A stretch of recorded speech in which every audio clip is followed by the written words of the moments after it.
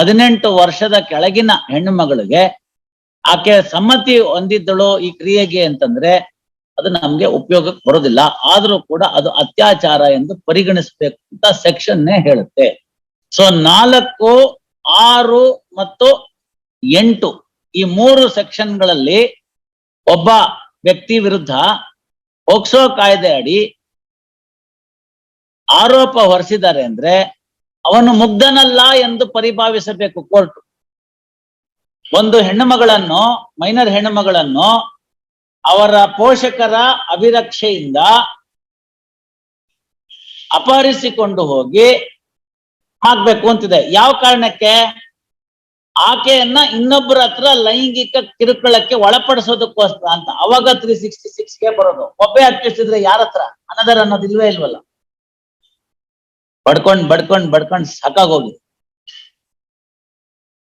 ಪೊಲೀಸ್ನವ್ರಿಗೆ ಬುದ್ಧಿ ಬರೋದಿಲ್ಲ. ನೀವು ಅದನ್ನ ಹಂಗೆ ಇಟ್ಕೊಂಡ್ರಿ. ಇದ್ರ ಮೇಲೆ ಅವ್ರಿಗೊಬ್ರು ಪ್ರಾಸಿಕ್ಯೂಟ್ರು ಇದೇ ತರ ಚಾರ್ಜ್ ಶೀಟ್ ಹಾಕಿದರೆ ಒಬ್ಬ ಸಿಂಗಲ್ ಅಕ್ಯೂಸ್ಡ್ ಮೇಲೆ. Unfortunately in some courts the charges also frame under 366ಗೆ. ನಾವೆಲ್ಲೋ ಟ್ರಯಲ್ ನಡೆಸಿ ಫೈನಲ್ ಬಂದಾಗ ನೋಡ್ಬಿಟ್ಟು ಈ ಚಾರ್ಜ್ ನ ಆಲ್ಟ್ರೇಷನ್ ಕೇಳ್ಬೇಕು. ಅರ್ಥವಾಯ್ತೆ? ಎಲ್ಲಿ ನಿಮ್ ಗ್ರೌಂಡು? ಇವತ್ತೇ ಸರ್ ನಾನು ನೋಡಿದ್ದು 366 ಏನಲ್ಲಿ ಅನದರ್ ಅನ್ನೋದನ್ನ ಅಂತ. ಹೌದಾ? ಏನ್ ಮಾಡೋದು ಮಿಸ್ಟರ್ ಬೋಸ್? ಎಸ್, ಅದ್ ಬಿಟ್ಬಿಡಿ. 366 ಬಿಟ್ಬಿಡಿ. Tell me about POCSO. What is the age of the victim? 14. ಏನ್ ಮಾಡೋದು ಮತ್ತೆ? ಆರ್ಡರ್ ಮಾಡೋದಾ? ಅದೇನಾದ್ರು ಮಾಡಿರ್ಲಿ, ಆರ್ಡರ್ ಮಾಡೋದ ಅಂತ ಕೇಳಿದೆ ಅಷ್ಟೇ. ಇನ್ವೆಸ್ಟಿಗೇಷನ್ ಮುಗಿದೆ. ಪೆಟಿಷನರ್ ಇಸ್ ಇನ್ನೋಸೆಂಟ್ ಅಂತ ಬರ್ದಿದ್ದೀರಿ ಮೊದಲನೇ ಗ್ರೌಂಡ್ ಅಲ್ಲಿ. ಹೌದಾ? ಪೋಕ್ಸೋ ಆಕ್ಟ್ ಇದೆಯಾ ಪುಸ್ತಕ? ಕೊಡಮ್ಮ ಅವ್ರಿಗೆ. ಸೆಕ್ಷನ್ 29 ಓದಕ್ಕೆ ಕೇಳೋರು. ಅಲ್ಲ, ನನಗ್ ಕೇಳುತ್ತೆ. ಯೂಟ್ಯೂಬ್ ಅಲ್ಲಿ ಲೈವ್ ಇದೆ. ಸೊ 4, 6 ಮತ್ತು 8 ಈ 3 ಸೆಕ್ಷನ್ಗಳಲ್ಲಿ ಒಬ್ಬ ವ್ಯಕ್ತಿ ವಿರುದ್ಧ ಪೋಕ್ಸೋ ಕಾಯ್ದೆ ಅಡಿ ಆರೋಪ ಹೊರಿಸಿದ್ದಾರೆ ಅಂದ್ರೆ ಅವನು ಮುಗ್ಧನಲ್ಲ ಎಂದು ಪರಿಭಾವಿಸಬೇಕು ಕೋರ್ಟ್. ಅರ್ಥವಾಯ್ತಾ? ಸೊ ನಿಮ್ಮ ಫಸ್ಟ್ ಗ್ರೌಂಡ್ ಹೋಯ್ತು. ಐ ಆಮ್ ಇನ್ನೋಸೆಂಟ್ ಅಂತ. ಬೇರೆ ದಾರಿನೇ ಇಲ್ಲ. ಇವನು ಕಳ್ಳನೇ ಎಂದು ಅಲ್ಲಿಂದ ಶುರು ಆಗ್ಬೇಕು. ಇವನು ಮುಗ್ಧ ಅನ್ನೋದ್ರಿಂದ ಶುರುವಾಗಲ್ಲ. ಗೊತ್ತಾಯ್ತಲ್ಲ? ಆಟ ಶುರುವಾಗೋದೇ ನೀವು ಮುಗ್ಧರಲ್ಲ ಅಂತ ನೀವ್ ಹಿಂಗ್ ಹೇಳ್ತೀರಾ ಅಂತಲೇ ಸುಪ್ರೀಂ ಕೋರ್ಟ್ ಅವ್ರು ನಮ್ಗೆ ಹಿಂಗ್ ಹೇಳ್ಬಿಟ್ಟಿದ್ದಾರೆ.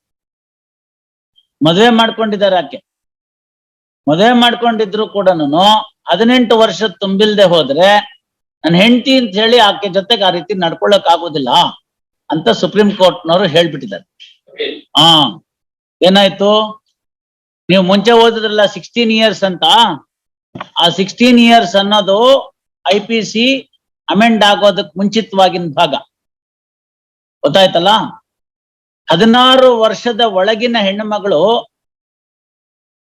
ನನ್ನ ಸಮ್ಮತಿಯ ಮೇರೆಗೆ ಈ ಕ್ರಿಯೆ ನಡೆಯಿತು ಅಂತ ಹೇಳಿದ್ರೆ ಆವಾಗ ಏಜ್ ಆಫ್ ಡಿಸ್ಕ್ರಿಷನ್ ಅಂತ ಒಂದಿತ್ತು.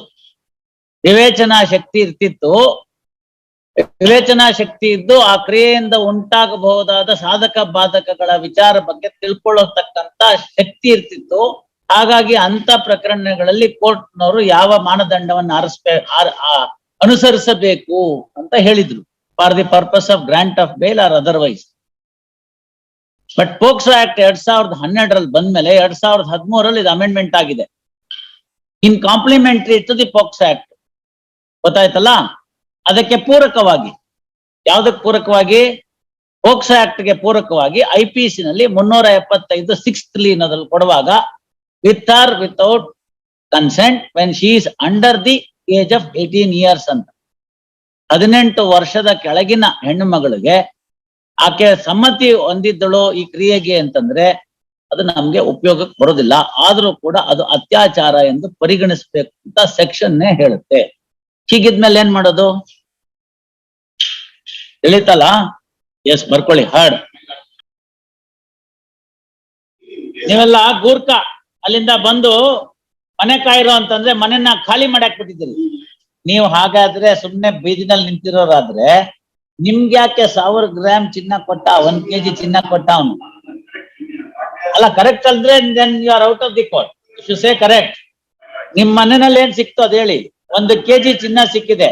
ಇಲ್ಲ ಸ್ವಾಮಿ, ನಮ್ಮಲ್ಲೂ ಇತ್ತು ಬೇಕಾದಷ್ಟು, ನಾವು ಆಗರ್ಭ ಶ್ರೀಮಂತರು, 1 kg ಚಿನ್ನ ನಮ್ಮಲ್ಲಿ ಇರೋದೇನ್ ಮಹಾನದು, ನಮ್ಮಲ್ಲಿ ಚಿನ್ನದ ಸಿಂಹಾಸನನೇ ಇದೆ ಅಂತ ನೀವ್ ಹೇಳಿದ್ದಿದ್ರೆ ಆವತ್ತಿನ ದಿವಸ ಒಪ್ಕೋಬಹುದು. Who are you?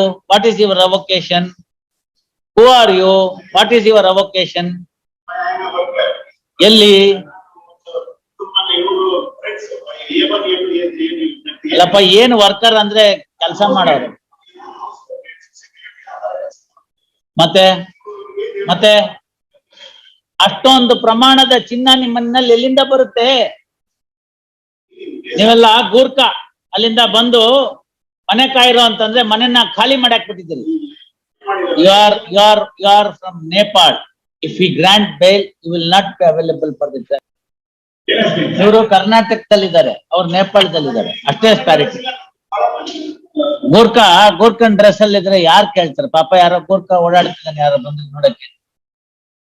ಎಸ್, ಅಲ್ಲೆಲ್ಲಿಂದನೂ ಅನ್ನ ತಿನ್ನಕ್ ಬಂದು ನಮ್ಮನೆ ಕಣ್ಣ ಹಾಕ್ತಾರೆ ಅಂದ್ರೆ ವಕೀಲ್ರೆ ಬಹಳ ಕಷ್ಟ. ನಾವು ಅದನ್ನ ಗಮನದಲ್ಲಿ ಇಟ್ಕೋಬೇಕು, ತಪ್ಪು ತಿಳಿಬೇಡಿ. ನಾವು ಒಬ್ಬರನ್ನ ನಂಬಿ ಮನೆಯಲ್ಲಿ ಬಿಟ್ಕೊಳ್ತೀವಿ, ಅದು ಅವರು ಅದೆಲ್ಲ ಫಾರ್ಮ್ ಹೌಸ್ ಅಲ್ಲಿ 10 ದಿವಸ ಇಟ್ಟು ಆಮೇಲಿಂದ ಮನೆಗೆ ಸೇರಿಸ್ಕೊಂಡಿದ್ದಾರೆ Sabith. The crime started much earlier, not on 31/12. ಎಲ್ಲ ಪ್ರೀ ಪ್ಲಾನ್ಡ್. ಮನೇಲಿ ಎಷ್ಟಿದೆ ದುಡ್ಡು ನೋಡ್ಕೊಂಡು ಅವ್ರದ್ದು ಮನೆಯವ್ರದ್ದೆಲ್ಲಾರ್ದು ಪ್ರೀತಿ ವಿಶ್ವಾಸನ ಗಳಿಸಿ 1140 ಗ್ರಾಮ್ ಗೋಲ್ಡ್ ಒಬ್ಬರ ಮನೆಯಲ್ಲಿ ಸಿಗುತ್ತೆ ಅಂತಂದ್ರೆ ಪೊಲೀಸ್ನವರು 1140 ಗ್ರಾಮ್ನ ಇಂಪ್ಲಾಂಟ್ ಮಾಡಿ ನಿಮ್ 4 ಜನನ ಸಿಕ್ಕಾಕ್ಸಲ್ಲ. 10 ಗ್ರಾಮು 20 ಗ್ರಾಮು ಓಕೆ, 1140 ಗ್ರಾಮ್ ಅವರು A1 ಸಿಕ್ಲಿ. ಈಗ ಏನಾಗತ್ತೆ ಅಂತಂದ್ರೆ ವಕೀಲ್ರೆ, ತಾವ್ ಹೇಳೋ ಪಾಯಿಂಟ್ ಚೆನ್ನಾಗಿದೆ, ನಾನು ಇಲ್ಲ ಅಂತ ಹೇಳಲ್ಲ. That as you rightly said it, that's matter for the trial. We may not be in a position to express any opinion at this point of time. But unfortunately, that is called negative parity. Negative equality. ಆ building ಅಕ್ರಮವಾಗಿ ಕಟ್ಟಿದ್ದಾನೆ, ಅದಕ್ಕೆ ಕಟ್ತೀನಿ, ನನ್ ಮೇಲೆ action ತಗೋಬೇಡಿ, ಅವನ್ ಮೊದ್ಲು ಹೊಡೆದಾಕ್ಬಿಟ್ಟು ನನ್ನ ಹತ್ರ ಬನ್ನಿ ಅಂತ ನೀವು ಕೇಳಕ್ ಆಗಲ್ಲ ಕಾನೂನಲ್ಲಿ. ಅಷ್ಟೇ, ದಟ್ ಇಸ್ ದಿ ಪಾಯಿಂಟ್. ಇದೆಯಲ್ಲ, ಪಂಚನಾಮೆ ಇದೆ, ಫೋಟೋ ಇದೆ, ತಾವಿದೆ, ಅವ್ರ ಮನೆಯಲ್ಲಿ ಕರ್ಕೊಂಡು ಹೋಗಿದ್ರಿ, ಫೋಟೋ ಇದೆ, ಪ್ಲಾಸ್ಟಿಕ್ ಗ್ಯಾಸ್ ಸಿಲಿಂಡರ್ ಪಕ್ಕ ಅಂತ. ಟ್ರಯಲ್ಗೆ ಇಟ್ಕೊಳ್ಳಿ ಅವೆಲ್ಲ. ಇನ್ನೋಸೆಂಟ್ ಅಲ್ಲ ಅವ್ರು. ಇನ್ನೋಸೆಂಟ್ ಆಗಿದ್ದಿದ್ರೆ ಗೊತ್ತಾಗ್ಬಿಡೋದು. ಇನ್ನೋಸೆಂಟ್ ಅಲ್ಲ, ದೂರದ ದೇಶದಿಂದ ಬಂದು ಊಟಕ್ಕೆ ಅಂತ ಬಂದು ಕನ್ನ ಹಾಕೋದು ಸರಿ ಹೋಗೋದಲ್ಲ. Yes please. ಹರೀಶ್ ಭಂಡಾರಿ.